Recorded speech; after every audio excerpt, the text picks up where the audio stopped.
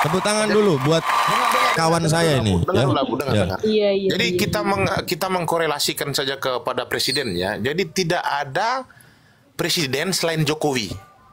Artinya Jokowi itu berbicara tentang nama, presiden berbicara tentang gelar. Nah, kalau kita kembali kepada tidak ada Tuhan selain Allah, artinya Tuhan berbicara tentang gelar, Allah berbicara tentang nama. Artinya kalau kita literalkan berarti tidak ada penguasa selain Allah.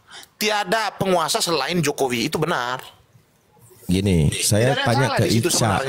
Kata la ilaha illallah itu di mana diartikan bahasa Indonesia Tuhan itu yang mana? Apa? Bahasa Arab itu Tuhan itu disebut apa? Kalau Tuhan kita itu lihat, Rob, ya, Rob, bukan? nah coba ya Rob kan di dalam lafaz la ilaha illallah ada kata Rob di situ nggak? Nggak tahu. Iya di la ilaha illallah ada saya lafazkan Rob di situ? Nggak ada. Nggak ada. Jadi arti la ilaha illallah itu la na'budu bil haqqi illallah. Tidak ada sesembahan yang benar yang berhak disembah kecuali Allah. Itu arti syahadat la ilaha illallah. Kenapa? Karena ada sesembahan-sesembahan yang lain di saat itu. Ada sembah Lata, Uzza, Manat, berhala-berhala yang 360 banyaknya itu. Jadi namanya la nafi li jins, jadi menafikan sesuatu, tidak ada sesuatu pun, hilang, kosong. Baru isbat menetapkan. Kayak contoh kita katakan la hayawanu fil bait. Kalau pakai kata la nafi, tidak ada hewan apapun di rumah, mau kecoa, mau kutu, mau apa, tidak ada semuanya. Itu hilang. Beda dengan kata bahasa Indonesia. Mainlah ke rumahku, tidak ada hewan di situ di dalam rumahku. Yang dimaksud hewan ini adalah hewan-hewan yang nampak seperti kucing, anjing. Itu maksud bahasa Indonesia. Tapi tidak menafikan bahwa di situ ada kecoa, di situ ada cacing, di situ ada nyamuk. Tidak. Kalau bahasa Arab yang namanya menafikan itu berarti meniadakan keseluruhannya. Itu bedanya karena kenapa bahasa Arab kita kenal dia bahasa tertua, termasuk salah satu bahasa tertua. Otomatis bahasa tertua itu memiliki jumlah kosakata yang lebih banyak. Bahasa Indonesia jumlah kosakatanya cuma berapa ratus ribu aja. Iya kan? Coba bahasa Arab. Contoh begini. Tidak ada seorang pemain bola yang hebat selain Messi. Itu tepat tuh. Tidak ada seorang pemain bola yang hebat selain Messi. Ini kalimat yang sederhana begini. Tidak ada seorang pun di Komal ini yang punya motor kecuali aku. Apakah di Komal ini nggak ada orang? Ada. Tapi pengecualiannya terhadap keterangan tadi motor. Bukan kata pengecualian. Pengecualiannya terhadap kepada motor bukan kepada orang. Udah semua di sini orang. Si Ica itu aja yang pemikiran salah itu udah pas tuh. Nah, itu kalau dia botol. mau mempersoalkan itu kecuali kesaksian itu baru dipersoalkan. Kalau ini enggak sih sebenarnya.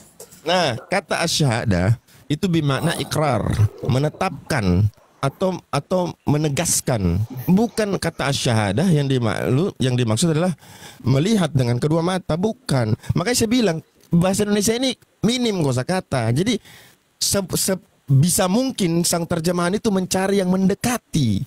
Makanya kenapa dalam Al-Quran itu selalu terjemahan dilampirkan juga dengan original teks.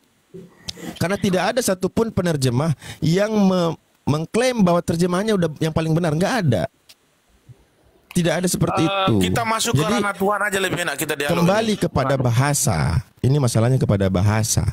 Orang memahami sesuatu karena ada yang dia baca. Dipahami dari yang dia baca, kan gitu. Abi kita masuk ke ini aja ke Tuhan aja. Oke, lanjut silakan. Waalaikumsalam. Bang Abi juga bisa, Abu Hadid lah. Bang Abi kan udah dari tadi sama Abu lah. Oke. Ya udah, silakan lanjut. Saya tadi tanya di Komal yang ada teman-teman Kristen di Ica and the Gang ya. Saya sendiri Muslim tadi, tapi ya begitulah kita nggak dikasih kesempatan bicara. Jadi saya tanya di dalam 1 Samuel 2 nomor 6. Tuhan mematikan, ia pun menghidupkan. Di dalam Ulangan 32:39, Tuhan menghidupkan, Tuhan mematikan. Di dalam Al-Quran banyak ayat yang berkata Allahu yuhyi wa yumit. Allah menghidupkan dan Allah mematikan. Saya tanya, Tuhannya Kristen kan Yesus, mengakui ya dan meyakini Yesus adalah Tuhannya.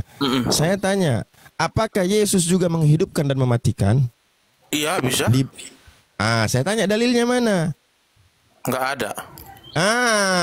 Mereka bawa Yohanes 10:18. Tidak seorang pun mengambilnya daripadaku, melainkan aku memberikannya menurut kehendakku sendiri. Aku berkuasa memberikannya dan berkuasa mengambilnya kembali. Oke?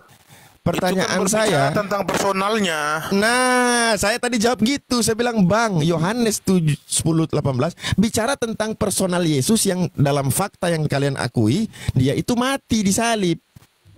Itu berbicara tentang personalnya. Itu siapa sih, kamu dialog dengan siapa itu sebenarnya? Aduh. Ada namanya siapa? Makanya lain Kudus, kali kalau orang nggak ilmu tuh jangan kau layani. Kau harus Kudus. layani. Udah, saya nggak layani, makanya saya bilang ini. udah saya turun kalau begini ceritanya gitu kan.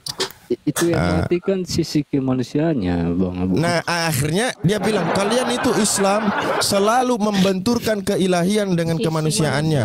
Oke, saya bilang oke, kalau Anda sudah menuduh saya seperti itu, berarti saya cuma ingin tahu apa keilahian Yesus ketika dia di bumi. Dia bilang keilahiannya karena dia membangkitkan orang mati. Keilahiannya dia berjalan di atas air. Keilahiannya dia mati dan bangkit 3 hari. Saya tanya balik, ilahnya mati? Oh, itu manusia.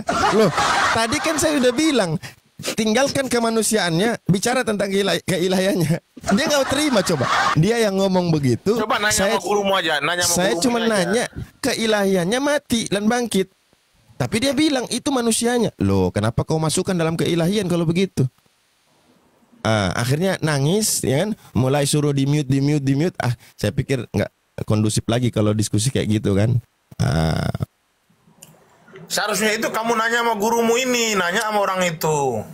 Gini Prof, Anda harus jujur juga, harus ini. Kita tanya ke Anda soalan yang sama. Apakah Tuhannya Musa ini yang disebutkan dalam Ulangan itu adalah Yesus? Benar. Nah, silakan kalau Yesus juga bisa menghidupkan dan mematikan. Silakan kasih dalil. Yesus memang begini, dengar ya. Berbicara tentang Yesus artinya berbicara tentang zamannya Tuhan berinkarnasi menjadi manusia.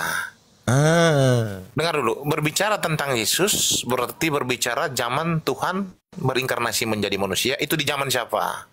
Nah, kalau kita melihat historical secara detail, bahwasan zamannya itu di zaman Bunda Maria ataupun di zamannya siapa yang membaptiskan Yesus, siapa namanya? Yohanes Pembaptis ya. Di zamannya mereka. Ya. Tetapi zaman-zaman sebelumnya itu kan tidak ada nama Yesus muncul di zaman sebelumnya. Makanya saya tanya, siapa nama Tuhannya Musa? Nama Tuhannya Musa YHWH. Salah, bukan nama itu. Itu bukan nama. Jadi itu apa? Itu sebutan. Jadi Keluaran 3 itu? Nah, sekarang dikatakan nama dia itu belum dia berikan. Jadi kalau ada orang Israel bertanya, itu di zamannya Abraham, Ishak dan Yakub. Iya, lalu disebut kalau orang bertanya siapa aku, maka katakan aku adalah aku. Namanya aku adalah aku. Aku adalah aku itu mereka. Dengar, itu di zamannya Abraham, Ishak dan Yakub, Tuhan tidak pernah menyatakan namanya kepada mereka. Di zaman Musa? Tetapi Tuhan memperkenalkan namanya itu di zaman Musa. Tetapi sebenarnya nama YHWH itu sudah muncul di zamannya Adam dan Hawa di Kejadian 4. Di situ ada satu ayat saja nama YHWH di situ kalau di original teksnya. Tetapi selanjutnya lagi di zamannya setelah Abraham itu mulai dari Nuh sampai Abraham, Ishak dan Yakub tidak ada YHWH muncul di situ namanya. Tetapi Tuhan kembali memperkenalkan namanya di zaman Musa di dalam Keluaran 3 bahwasan Musa, aku adalah YHWH, Tuhannya Abraham, Tuhannya Ishak, Tuhannya Yakub, Tuhannya nenek moyangmu. Dan itulah sebutanku untuk selama-lamanya. Dengarkan di sini, dalam Keluaran 6 nomor 3, aku telah menampakkan diri kepada Abraham, Ishak dan Yakub sebagai Allah yang Maha Kuasa, tetapi dengan namaku Tuhan, aku belum menyatakan diri. Ya, Tuhan belum menyatakan kepada mereka. Di Keluaran 6:3 loh ini. Ya benar, itu di zaman Abraham itu Tuhan memang menampakkan diri, tetapi tidak menyatakan namanya. Oke, sekarang di mana Tuhan Musa menyatakan namanya di Musa? Original teksnya lihat di dalam Keluaran 3 ayat 14 sampai 16. 14 ya, kita cek ya, Keluaran 3. Original teks saja, buka original Baik, teksnya. firman Allah kepada Musa, aku adalah aku. Lagi Mana firmannya. Keluaran 3 itu aku adalah aku. Keluaran 3:14. Oh iya, oke, baca 14 sampai 15. Ini Silakan, orang silakan, lagi silakan. buka. Iya, Firman udah buka. Allah kepada Musa, aku adalah aku lagi firmannya. Beginilah kau katakan kepada orang Israel itu, akulah aku, telah mengutus aku kepadamu. Jadi aku ini di sini adalah Musa. Jadi Keluaran katakan 3 kepada itu, mereka. Keluaran 3 itu kamu baca aja dulu 14 sampai habis, baca aja sampai 16. Oke, ikuti mau mula. Oke. Selanjutnya berfirmanlah Allah kepada Musa, Iya, beginilah itu kau benar. katakan kepada orang Israel, Tuhan Allah nenek moyangmu, Allah Abraham, Allah Ishak, Allah Yakub telah mengutus aku kepadamu. Itulah namaku untuk selama-lamanya dan itulah sebutanku turun-temurun. Sebutan. Salah. Kamu salah baca, salah. Baca Ini yang saya baca yang benar. baca nih. Baca yang benar, yang jujur, yang jujur. Udah bang, Kristen ini nggak ada Tuhan lagi. Baca yang benar, yang jujur, Abu baca yang benar, yang jujur, jangan curang. Ini Saya coba juga besarin bisa saya, besarin buktikan saya, besarin Kristen saya. ini nggak ada Saya udah Tuhan. baca. Selanjutnya berfirmanlah Allah kepada Musa, beginilah kau katakan kepada orang Israel. Ini 14 ini yang tadi saya bacakan pertama. Aku adalah aku. Aduh. Allah nenek ini saya baca lagi. Selanjutnya berfirmanlah Allah kepada Musa, beginilah kau katakan kepada orang Israel, Tuhan Allah nenek moyangmu, Allah Abraham, Allah Ishak, Allah Yakub telah mengutus aku kepadamu. Itulah namaku untuk selama-lamanya dan itulah sebutanku turun-temurun. Mana? Pergilah, kumpulkanlah para tua-tua Israel dan katakan kepada mereka, Tuhan Allah nenek moyangmu adalah Abraham, Ishak dan Yakub telah menampakkan diri kepadaku serta berfirman, aku sudah mengindahkan kamu juga apa yang dilakukan kepadamu di Mesir. Mana nama di sini? Namanya yang mana? Coba dari 13 ya, salah baca. Naik lagi. Lalu Musa berkata kepada Allah, tetapi apabila aku mendapatkan orang Israel dan berkata kepada mereka, Allah nenek moyang telah mengutus aku kepadamu, dan mereka bertanya kepadaku, bagaimana tentang namanya? Apakah yang harus kujawab kepada mereka? Firman Allah kepada Musa, aku adalah aku. Lalu firmannya, beginilah kau katakan kepada orang Israel itu, akulah adalah aku. Akulah aku telah mengutus aku kepadamu. Gimana ini? Akulah aku telah mengutus aku kepadamu. Jadi namanya Tuhannya Musa, aku adalah aku. Keluaran 3 dari kitab apa yang kamu ambil ini? Ini keluaran 3. Malas aku, kamu curang-curang di situ, malas. Ini keluaran 3 Alkitab Sabda. Enggak ada itu. Lah terus ini apa? Enggak ada narasinya kayak gitu, salah itu. Kau baca. Aduh, Tuhan ampun tolong. Saya besarin sampai habis ini, sampai besar sekali nih biar kau baca. Aduh. Kristen nggak ada Tuhan bang, sadarlah. Nggak ada Tuhan lagi. Mati. Udah terlalu besar ini. Inilah. Bisa kelihatan nggak nih? Mana ada nampak? Sebentar. Bang Barokah masih ada di koma enggak? Kok enggak tenggelam ya? Oh, sorry. Nah, ini. Nih. Bang Barokah. Keluaran 3. Oke, mana ya? Oke, sini ya. 14. Firman Allah kepada Musa. Apa ini? Aku adalah aku. Lagi Firmannya, beginilah kau katakan kepada orang. Terus mana? Orang Israel itu. Kepada mana orang? Ini kepada orang Israel itu. Ke kanan dulu Abu. Dia nggak percaya Abu. Ke kanan dulu. Akulah aku. Telah aku telah mengutus aku kepadamu. Apa saya bohong lagi di sini? Bentar. Selanjutnya firman apa? Berfirmanlah Allah kepada Musa. Beginilah kau katakan kepada orang Israel, Tuhan Allah nenek moyangmu, Allah Abraham, Allah Ishak dan Allah Yakub telah mengutus aku kepadamu. Itulah namaku untuk selama-lamanya dan itulah sebutan turun-temurun. Allah Ishak, Allah Yakub, Allah nenek moyangmu itu. Original teksnya itu YHWH. Ini piye tuh? Penuh Bang Barokah nyangkut bang. Bang Barokah nyangkut. Bang Barokah nyangkut itu Ya, dan Bang, naik tapi nggak ada nampak. Ya, jadi sekarang saya mau bertanya, apakah itu Yesus yang dimaksud Keluaran 3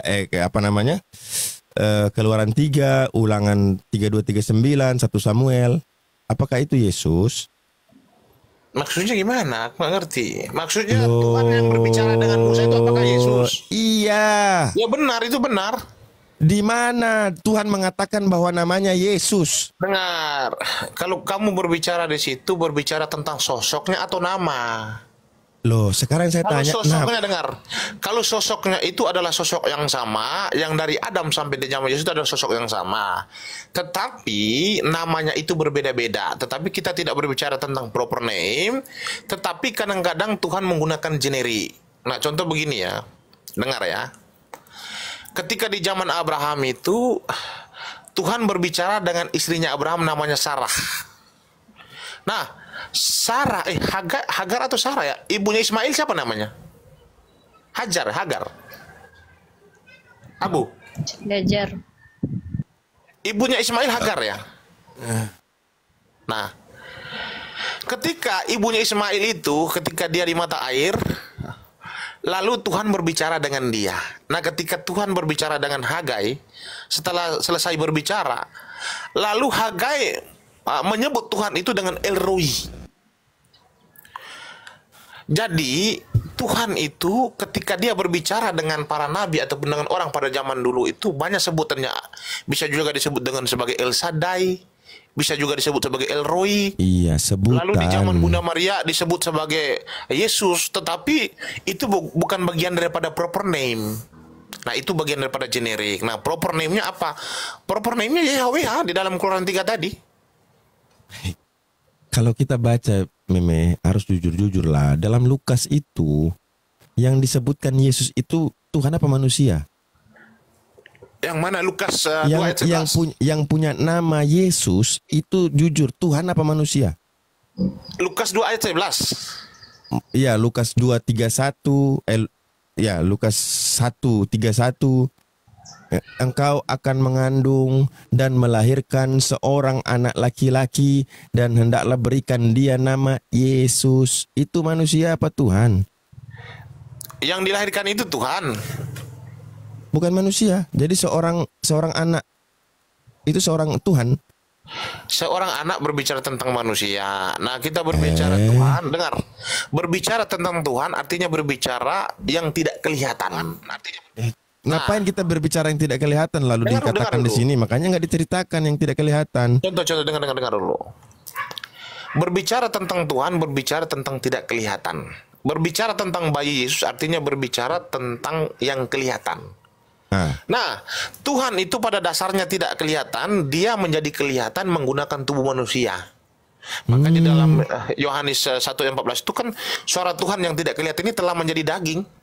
Oh gitu ya. Jadi sesungguhnya engkau akan mengandung dan akan melahirkan seorang anak laki-laki dan hendaklah engkau menamai dia Yesus. Yesus ini siapa? Manusia apa Tuhan? Yesus ini kamu mau berbicara tentang namanya atau berbicara tentang tubuhnya? Loh, sekarang sudah jelas keterangannya. Seorang anak laki-laki. Engkau akan mengandung dan melahirkan seorang anak laki-laki dan hendaklah engkau menamai dia Yesus. Oke. Berarti yang kamu persoalkan ini tentang dagingnya atau namanya? Saya berkata tentang Yesus ini meliputi nama dan pemilik namanya. Oke, kalau berbicara tentang nama itu bukanlah proper name daripada Sang Pencipta. Assalamualaikum. Ada yang ngomong-ngomong daging ini ya. Waalaikumsalam. Ya. Jadi kalau hari ini berbicara berapa sekilo daging? daging, tengok dagingnya juga, dagingnya apa bang? Oh ya, siap, lanjut. Oke, lanjut Me. Kalau kita membahas tentang nama Yesua itu bukanlah proper name daripada Sang Pencipta, tetapi nama nama Yesua itu ataupun Hamasia, Yesua Hamasia itu kalau diartikan bahwasan Tuhan turun menyelamatkan manusia. Jadi ketika di zaman Bunda Maria Tuhan turun menyelamatkan manusia, maka disebut sebagai Yesua Hamasia. Tuhan juru selamat telah menyelamatkan manusia. Di zamannya Abraham, Hagai ketika dia berbicara dengan Tuhan, lalu Hagai menyebutnya dengan El Roi. Kalau diartikan Tuhan telah berbicara kepada saya.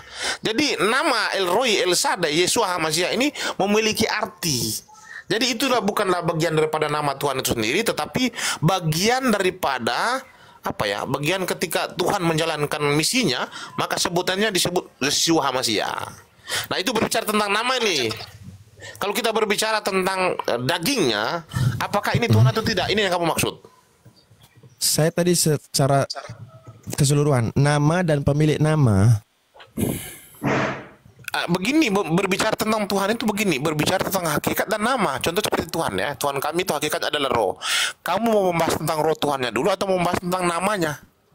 Nah sama juga ketika Tuhan kami telah menjadi manusia, kamu mau membahas namanya atau membahas dagingnya? Daging ini dia Tuhan atau bukan? Nama ini proper name dari Sang Pencipta atau Tuhan? Baik. Tidak. Nah ini yang kita bahas. Sudah. Segini, Anda yakin Tuhan jadi manusia, betul ya? Benar, kok kamu tahu? Oke, baik. Betul, saya tahu karena di dalam KPR 14:11 itu orang pagan Yunani juga percaya dewa-dewa turun ke tengah-tengah kita dalam rupa manusia. Iya, jadi yang ribuan tahun sebelum kehadiran Yesus, berabad-abad keyakinan para penyembah dewa-dewa itu seperti ini. Dewa turun ke tengah kita dalam rupa manusia. Dan sama sekali tidak ada keyakinan ini di agama Abrahamik, oleh Musa dan lain sebagainya. Hanya ada di kekristenan saja.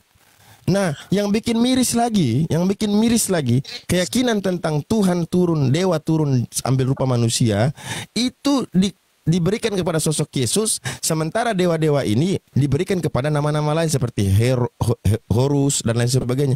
Kok mirip ceritanya, sementara mereka lebih dulu. Jadi begini ya, ada sebuah kisah di dalam Kisah Para Rasul, ada sebuah peristiwa. Saya bukan bicara peristiwanya. Ketika Paulus melakukan mukjizat, lalu orang-orang itu mengatakan ini pasti dewa-dewa yang turun. Lalu Paulus mengatakan kepada mereka, aku ini hanya manusia.